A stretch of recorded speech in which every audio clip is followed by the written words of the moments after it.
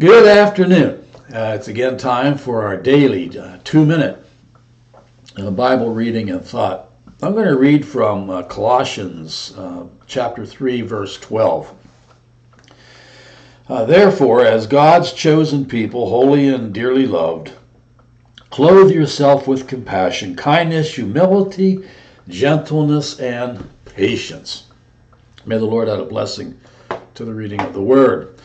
I heard this story about a woman who came into church. She was greeted by an usher, and she was looking around, and the usher said, "Can I help you, ma'am?"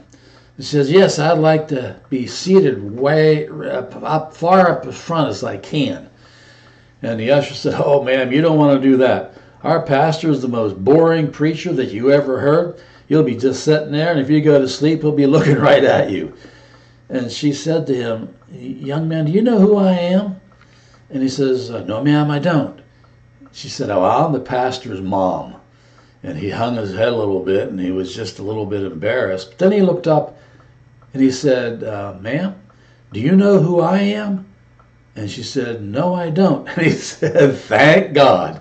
Yes, sir, thank God.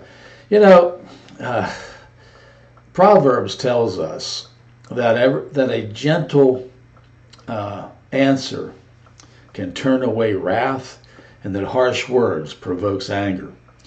And we're reminded so many times, whether it's Colossians or Proverbs, just how much our words can sting and slice and dice people.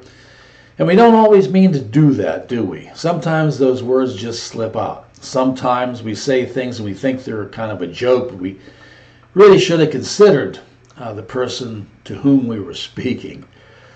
And I think if we would read more words like in Colossians and Proverbs and really think on those, to become conscious of where our words go and what they might mean to others, maybe we could be the kinder, gentler words in the hostile debates that are raging all around us.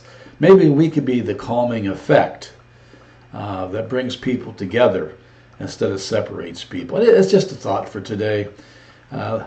Maybe we should just focus more on the humility, grace, compassion, and love than we do the other things. Might be a good idea. What do you think? Amen.